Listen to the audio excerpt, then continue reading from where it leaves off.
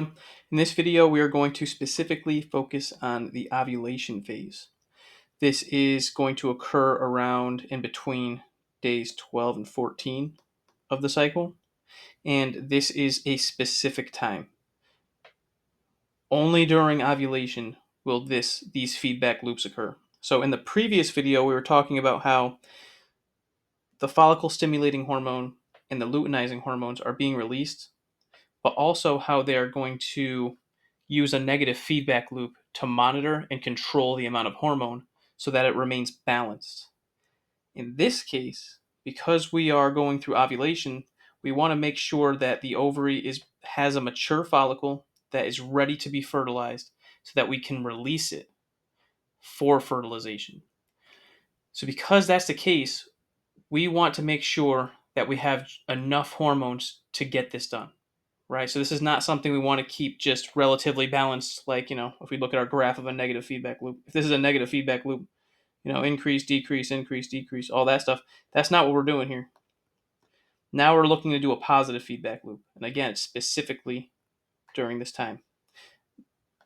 That's supposed to be a star, but people make fun of my stars. Anyway, so with that said, if we look here, we are going to see the hypothalamus is going to release the GnRH again, which is going to trigger the anterior pituitary to release FSH and LH, which is going to go to the ovary and mature the follicle.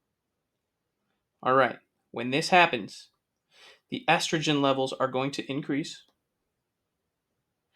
And when the estrogen levels increase, this time it's going to trigger even more of the hypothalamus to release GnRH, and even more of the anterior pituitary to release even more LH and FSH to continue to make sure that the ovary is doing its job so we can continue to ovulation.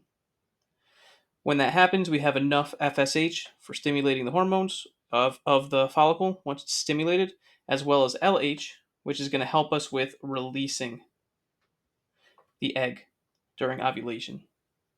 So you can see in this case, it's a positive feedback loop I put this on an angle. It's a positive feedback loop that we're trying to do.